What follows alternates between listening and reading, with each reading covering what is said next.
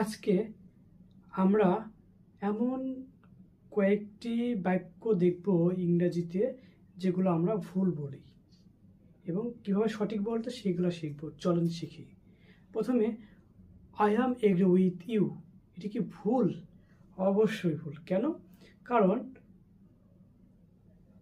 এটি হচ্ছে এগ্রি হচ্ছে ভার্বের আগে অ্যাম এর দরকার হয় না এখানে, যে কারণে এটি একটি ভুল। সঠিক কোনটা? I agree with you. চলুন একটা সেন্টেন্স তৈরি করি।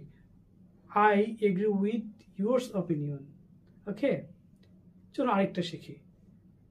হি ইজ ভেরি মাচ ইন্টেলিজেন্ট। এটিও ভুল, অবশ্যই ভুল। সঠিক কোনটা? He is very intelligent. তাহলে মার্কস কেন বাদ গেল? আমি তো অনেক বুঝাইছিলাম। ইয়েস, কারণ ভ্যারির পরে নতুন করে মার্কস যুক্ত করার প্রয়োজন নেই, কারণ ভ্যারি ইন্টেলিজেন্টই সে অনেক মেধাবী বোঝাচ্ছে, তাই না? যে কারণে মার্কসের নতুন করে প্রয়োজন নেই। ওকে, চলুন আরেকটি শিখি। He do his work everyday. এটা ভুল। কেন? অবশ্যই ভুল। চলেন সঠিকটা শিখি। He does his work everyday. এটি হচ্ছে সঠিক। কেন? কারণ আমরা জানি he she it third person হলে ডাজ বসে, যে কারণে এই বাক্যটি ভুল ছিল। চলুন আরেকটি শিখি।